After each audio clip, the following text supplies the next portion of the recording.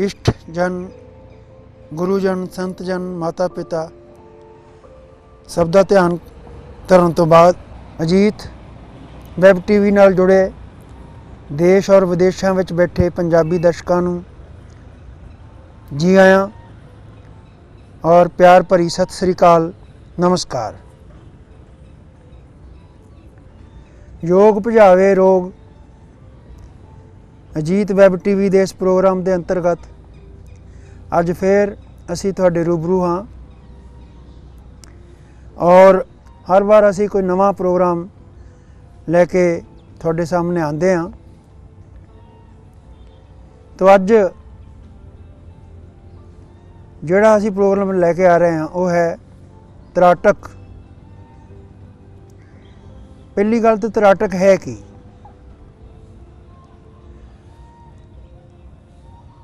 महर्षि पतंजलि ने अष्टांग योग लिखिया, यानी 8 अंग वाला योग दर्शन लिखिया। तो जिसका पहला तो लैके 8वें तक है याम नियम, आसन प्राणायाम, प्रत्याहार धारणा, ध्यान और समाधि। इस ढंग नाल योग के 8 अंग हैं।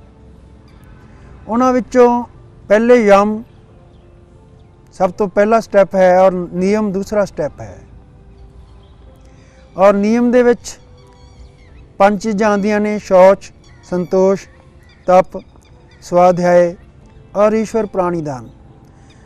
तो नियम का जिहड़ा सब तो पहला भाग है उसनूं असीं शौच कहंदे हाँ, यानी शरीर नूं शुद्ध बनाउण दी क्रिया, शरीर नूं अंदरों शुद्ध रखण दी क्रिया ताकि रोगां तो बचिया रह सके। तो शरीर नूं शुद्ध किवें बनाया जा सकता है? उहदे विच 6 क्रियावां आंदियां जिन्हों षटकर्म कहंदे हैं। षटकर्म तो उहदे विच 6 क्रियावां दे विच किहड़ियां ने? नेति यानी उपरले हिस्से दी, नक दे वाले हिस्से दी सफाई, धोती, मेदे दी सफाई, बस्ती, गुदा दी सफाई, इदां ही न्यौली, पेट दी मजबूती या पेट दी अंदरूनी धुलाई सफाई, और कपाल भाती जिस दे विच असीं दूषित वायु नूं बाहर सुੱਟਦੇ हैं। और 6वां है त्राटक। त्राटक भी जिहड़ी है एक ढंग नाल मानसिक शुद्धता दी क्रिया है। तो इस ढंग नाल त्राटक एक बड़ी इंपॉर्टेंट क्रिया है।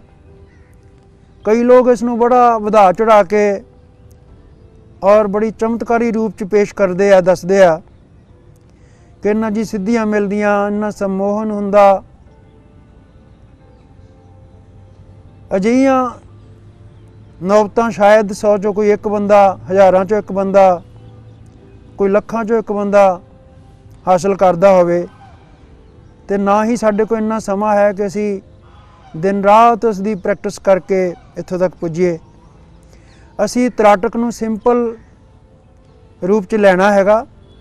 10-15 मिनट का अभ्यास जे असी रोज़ करके देखिए तो उसके सानूं की लाभ हो सकते उन्हां दे बारे भी चर्चा करांगे। लेकिन पहला कि इस त्राटक नाम की क्रिया नूं करना किवें हैगा। त्राटक इसनूं तीसरा नेत्र भी कह दिंदे आ। दोनों भरवटियां दे सेंटर दे विच असी ध्यान नूं फोकस करना हुंदा हैगा। और सब तो जिहड़ी सरलतम विधि है वो है कि असी कोई जलदी हुई लौ अपने सामने रखिए, कोई जलदी हुई मोमबत्ती असी अपने सामने रखिए और उसकी ऊंचाई, सपोज मैं एक सामने बोतल रखी हुआ और तकरीबन 1.5 ਤੋਂ 2 फुट की दूरी जिहड़ी आ होनी चाहिए आ तकरीबन 1.5 फुट हो गई और 2 फुट की दूरी। और इसकी ऊंचाई जिहड़ी है थल्ले कोई गत्ते का डब्बा रख लीए, इत्थे आ जाऊगी और ये उत्ते असी मोमबत्ती जलदी हुई रख लीए तो जिहड़ी लौ है वो ठीक अखां दे सामने होनी चाहिए हैगी। सो इस ढंग नाल मतलब ਅਸੀਂ ਉਸ ਜਲਦੀ ਹੋਈ ਲੌ ਦੇ ਉੱਤੇ ਧਿਆਨ ਫੋਕਸ ਕਰਨਾ ਹੈਗਾ। ਇਸ ਦਾ ਨਾਮ ਹੈ ਤਰਾਟਕ। तो बड़ी एक सिंपल जी विधि है लेकिन बड़ी ही असरदार विधि है। तो इसनूं किद्दां करना हैगा, सब तो पहलां किसी भी आसन च बैठो जिस दे विच पूरी तरह स्थिरता नाल बिना हिले डुले असी बैठे रह सकीए। चाहे सुख आसन होवे, स्वास्तिक आसन होवे, किसी भी आसन दे विच सुविधाजनक आसन दे विच बैठो और जलदी हुई लौ नूं जिवें मैं दस्सिया है 1.5 ਤੋਂ 2 फुट की दूरी ते और ठीक दोनों भरोटियां दे सेंटर की सेध दे विच उस दी लौ होनी चाहिए हैगी। तो सब तो पहला असी लौ जल रही है लेकिन अखां बंद कर लेनियां हैगियां और बंद करके असी शरीर नूं स्थिर और शांत और शिथिल महसूस करना हैगा। और फिर असी हौली हौली अखां नूं खोलना और खोल के असी उस लौ दा सपोज इत्थे आ लौ है अंगूठा मेरा, तो लौ का जिहड़ा उपरला सिरा हुंदा है वो सब तो ज़्यादा रोशन, सब तो ज़्यादा तेज़ लाइट वाला हुंदा हैगा। असी उहदे उत्ते ध्यान नूं फोकस करना हैगा और एक टक देखते जाना हैगा बिना पलक झपकियां। असी उस लौ दे उत्ते ध्यान फोकस रखना हैगा। जिन्नी देर अख च पानी नहीं आ जाए और जिन्नी देर अख झपकी नहीं जावे असी लगातार उस नूं देखण दी कोशिश करनी हुंदी हैगी।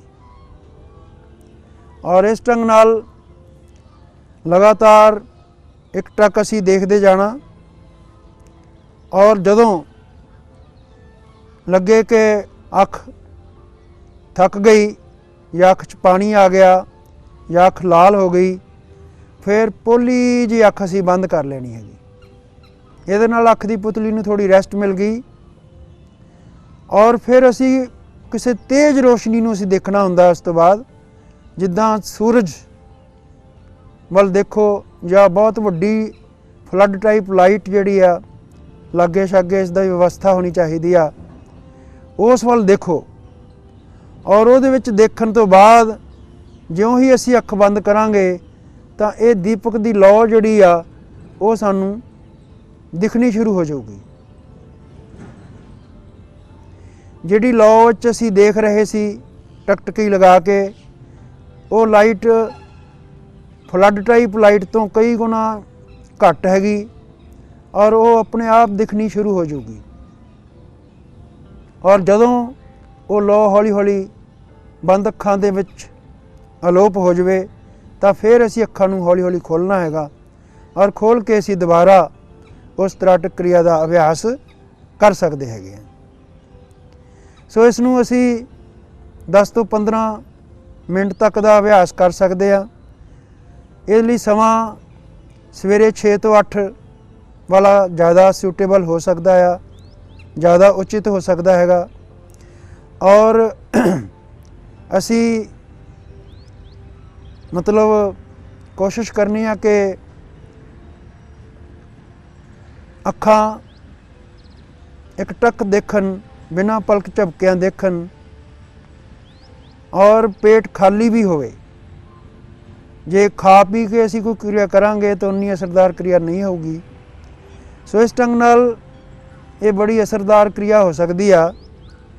लेकिन ये सी एक सरलतम विधि तराटक दी कि किसी लौ वल लगातार देखना और फिर अखां बंद करके कोई दोबारा जो खोलना तो फ्लड टाइप लाइट वाल देखना और फिर अखां बंद करांगे तो वही लौ छोटी लौ जिहड़ी सीगी सानूं अंदर दिखनी शुरू हो जाऊगी। और फिर जदों वो अलोप हो जाए तो फिर इसनूं दूसरी तीसरी चौथी बार इदां अभ्यास कर सकते हैं। सो ये की लाभ होने उस तो पहला ਇਸ ਦੀਆਂ ਕੋਈ ਹੋਰ ਵਿਧੀਆਂ ਵੀ ਹੋ ਸਕਦੀਆਂ ਆ ਕਿ ਜ਼ਰੂਰੀ ਨਹੀਂ ਹੈ ਕਿ ਅਸੀਂ ਲਾਈਟ ਦੇ ਉੱਤੇ ਹੀ ਫੋਕਸ ਕਰਨਾ। ਇਹ ਤੁਸੀਂ ਸਰਲਤਮ ਢੰਗ ਹੋਰ ਵੀ ਬਹਿਰੰਗ ਤਰਾਟਕ ਇਹਨੂੰ ਕਹਿੰਦੇ ਆ ਕਿ ਬਾਹਰ ਦੀ ਕਿਸੇ ਚੀਜ਼ ਦੇ ਉੱਤੇ ਧਿਆਨ ਫੋਕਸ ਕਰਨਾ। ਅਸੀਂ ਦੂਰ ਕਿਸੇ ਮਤਲਬ ਫੁੱਲ ਦੇ ਉੱਤੇ ਧਿਆਨ ਫੋਕਸ ਕਰ ਸਕਦੇ ਹੈਗੇ ਆ, ਚੰਦਰਮਾ ਦੇ ਉੱਤੇ, ਕਿਸੇ ਤਾਰੇ ਦੇ ਉੱਤੇ ਧਿਆਨ ਫੋਕਸ ਕਰ ਸਕਦੇ ਆ, ਔਰ ਕਿਸੇ ਰੁੱਖ ਦੇ ਉੱਤੇ ਧਿਆਨ ਫੋਕਸ ਕਰ ਸਕਦੇ ਆ, ਜਾਂ ਫਿਰ ਆਪਣੇ ਗੁਰੂ ਦਾ ਕੋਈ ਚਿੱਤਰ ਉਸ 'ਤੇ ਧਿਆਨ ਫੋਕਸ ਕਰ ਸਕਦੇ ਹੈਗੇ ਆ। ਸੋ ਇਸ ਢੰਗ ਨਾਲ ਇਹਨੂੰ ਅਸੀਂ ਬਹਿਰੰਗ ਤਰਾਟਕ ਕਹਿੰਦੇ ਆ। ਤਾਂ ਕਿਸੇ ਵੀ ਮਨਪਸੰਦ ਵਸਤੂ ਵੱਲ ਇੱਕ ਟਕਟਕੀ ਲਗਾ ਕੇ ਦੇਖਣਾ ਔਰ ਲਗਾਤਾਰ ਦੇਖਣਾ। ਲੇਕਿਨ ਜਦੋਂ ਵੀ ਅਸੀਂ ਅੱਖਾਂ ਬੰਦ ਕਰਨੀਆਂ ਹੈਗੀਆਂ ਤਾਂ ਦੁਬਾਰਾ ਉਸੇ ਹੀ ਚੀਜ਼ ਦਾ ਬਾਰ-ਬਾਰ ਸਾਨੂੰ ਉਸੇ ਹੀ ਚੀਜ਼ ਦਾ ਧਿਆਨ ਕਰਨ ਦੀ ਜ਼ਰੂਰਤ ਹੁੰਦੀ ਹੈ। ਸਾਨੂੰ ਧਿਆਨ ਦਾ ਸਾਧਨ ਬਦਲਣ ਦੀ ਜ਼ਰੂਰਤ ਨਹੀਂ ਹੁੰਦੀ। ਜੇ ਅਸੀਂ ਧਿਆਨ ਦਾ ਸਾਧਨ ਬਦਲਾਂਗੇ ਤਾਂ ਫਿਰ ਸਾਡੀ ਪਹਿਲੀ ਮਿਹਨਤ ਬੇਕਾਰ ਜਾਊਗੀ। ਇਸ ਕਰਕੇ ਮੰਨ ਲਓ ਮੈਂ ਸਾਹਮਣੇ ਜਲ ਦੇ ਵਿੱਚ ਔਰ ਪੰਛੀਆਂ ਨੂੰ ਜਿਹੜਾ ਹੈ ਦੇਖ ਰਿਹਾ ਵਾਂ, ਤਾਂ ਇੱਕ ਪੰਛੀ ਜਿਹੜਾ ਆਰਾਮ ਨਾਲ ਕਿਨਾਰੇ ਦੇ ਉੱਤੇ ਟਿਕ ਕੇ ਬੈਠਾ ਹੈਗਾ। ਸੋ ਸਪੋਜ਼ ਮੈਂ ਉੱਤੇ ਫੋਕਸ ਕਰਦਾ ਹੈਗਾ ਔਰ ਲਗਾਤਾਰ ਮੈਂ ਉਸ 'ਤੇ ਦੇਖਦਾ ਜਾ ਰਿਹਾ ਹਾਂ, ਤਾਂ ਇਹਨੂੰ ਬਹਿਰੰਗ ਤਰਾਟਕ ਕਹਿੰਦੇ ਹੈਗੇ। ਸੋ ਚਾਹੇ ਕੋਈ ਰੁੱਖ, ਚਾਹੇ ਕੋਈ ਤਾਰਾ, ਚੰਦ, ਸੂਰਜ, ਜਾਂ ਕੋਈ ਵਸਤੂ, ਜਾਂ ਗੁਰੂ ਦਾ ਚਿੱਤਰ, ਜਾਂ ਇਸ਼ਟ ਦਾ ਚਿੱਤਰ, ਤਾਂ ਉਸ 'ਤੇ ਧਿਆਨ ਫੋਕਸ ਕਰਨਾ ਔਰ ਰੋਜ਼ ਉਸੇ ਦਾ ਹੀ ਅਭਿਆਸ ਕਰਨਾ। ਔਰ ਇਸ ਢੰਗ ਨਾਲ ਸਾਡੀ ਜਿਹੜੀ ਹੈ ਇਕਾਗਰਤਾ ਜਿਹੜੀ ਆ ਵੱਧਦੀ ਹੈਗੀ। ਸੋ ਇਹਨੂੰ ਬਹਿਰੰਗ ਤਰਾਟਕ ਕਹਿੰਦੇ ਆ। ਇੱਦਾਂ ਹੀ ਅੰਤਰੰਗ ਤਰਾਟਕ ਹੁੰਦਾ ਆ ਕਿ ਅੱਖਾਂ ਬੰਦ ਕਰਕੇ ਅਸੀਂ ਮਨ ਇੱਛਤ ਵਸਤੂ ਦੇ ਉੱਤੇ ਧਿਆਨ ਫੋਕਸ ਕਰਨ ਦੀ ਕੋਸ਼ਿਸ਼ ਕਰੀਏ।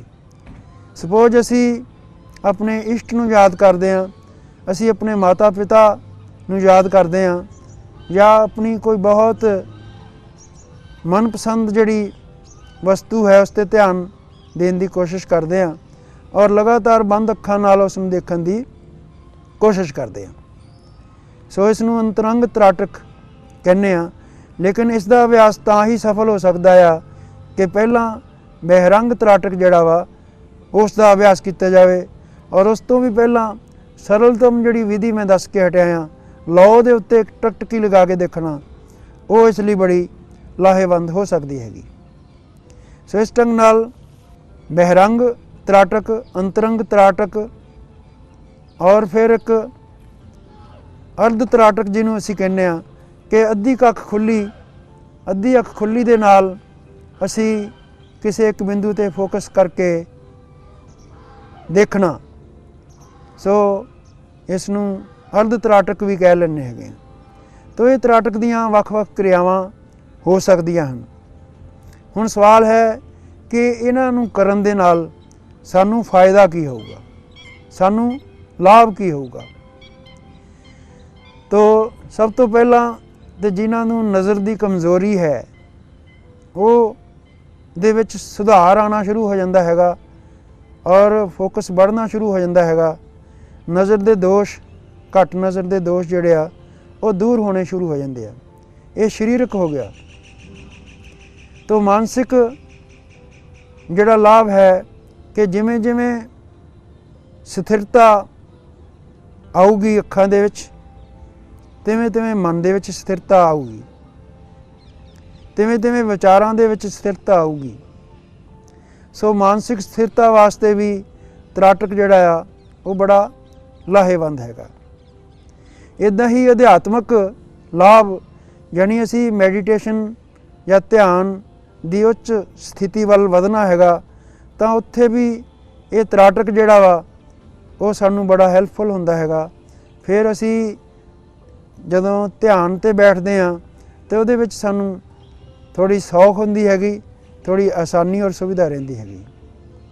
ਔਰ ਇਸ ਤੋਂ ਇਲਾਵਾ ਜਿਵੇਂ ਜਿਵੇਂ ਅੱਖਾਂ ਟਿਕਦੀਆਂ ਆ, ਤਿਵੇਂ ਤਿਵੇਂ ਮਨ ਟਿਕਦਾ ਆ, ਤਿਵੇਂ ਤਿਵੇਂ ਮਨ ਦੀ ਚੰਚਲਤਾ ਟਿਕਦੀ ਹੈਗੀ ਔਰ ਮਨ ਦੀ ਚੰਚਲਤਾ ਦੂਰ ਹੁੰਦੀ ਹੈਗੀ, ਇਕਾਗਰਤਾ बढ़दी हैगी। छोटे बच्चे ਜਿਹੜੇ बड़े चंचल ਸੁਭਾਅ ਦੇ ਹੁੰਦੇ ਆ, ਜਿਨ੍ਹਾਂ ਦਾ ਪੜ੍ਹਾਈ ਦੇ ਵਿੱਚ ਮਨ ਨਹੀਂ ਟਿਕਦਾ, ਤਾਂ ਤਰਾਟਕ ਦੀ ਕਿਰਿਆ ਕਰਨ ਦੇ ਬਾਅਦ ਉਹਦੇ ਨਾਲ ਸਾਨੂੰ ਢੇਰ ਸਾਰੇ ਲਾਭ ਹੋ ਸਕਦੇ ਹੈਗੇ। ਪੜ੍ਹਨ ਦੇ ਵਿੱਚ ਉਹਨਾਂ ਦੀ ਸਥਿਰਤਾ ਬਣੂਗੀ, ਇਕਾਗਰਤਾ ਬਣੂਗੀ, ਕਨਸੈਂਟਰੇਸ਼ਨ ਬਣੂਗੀ ਔਰ ਸਾਨੂੰ ਇਸਦਾ ਪੂਰਾ ਲਾਭ ਹਾਸਲ ਹੋਊਗਾ। ਸੋ ਇਸ ਢੰਗ ਨਾਲ ਛਠਕਰਮ ਦੀਆਂ ਕਿਰਿਆਵਾਂ ਦੇ ਵਿੱਚੋਂ ਇਹ ਤਰਾਟਕ ਦੀ ਕਿਰਿਆ ਆਪਣੇ ਆਪ 'ਚ ਵੀ ਸਰੀਰ ਔਰ ਮਨ ਨੂੰ ਸ਼ੁੱਧ ਕਰਨ ਦੀ ਕਿਰਿਆ ਵੀ ਹੈ। ਜਿਹਦੇ ਨਾਲ ਮਨ ਸ਼ੁੱਧ ਵੀ ਹੁੰਦਾ ਆ, ਵਿਕਾਰ ਰਹਿਤ ਵੀ ਹੁੰਦਾ ਹੈਗਾ ਔਰ ਜਿਹੜਾ ਆ ਮਨ ਸ਼ੁੱਧ ਹੁੰਦਾ ਹੈਗਾ। ਤੋ ਕੁੱਲ ਮਿਲਾ ਕੇ ਤਰਾਟਕ ਇੱਕ ਸਿੰਪਲ ਲੇਕਿਨ ਬੜੀ ਹੀ ਅਸਰਦਾਰ ਕਿਰਿਆ ਹੋ ਸਕਦੀ ਹੈਗੀ। ਇਹਦੇ ਨਾਲ ਹੀ ਅੱਜ ਦਾ ਪ੍ਰੋਗਰਾਮ ਇਸ ਨੂੰ ਸੀਮਿਤ ਕਰਦੇ ਹੈਗੇ ਹਾਂ ਔਰ ਦਰਸ਼ਕਾਂ ਦਾ ਬਹੁਤ ਬਹੁਤ ਧੰਨਵਾਦ।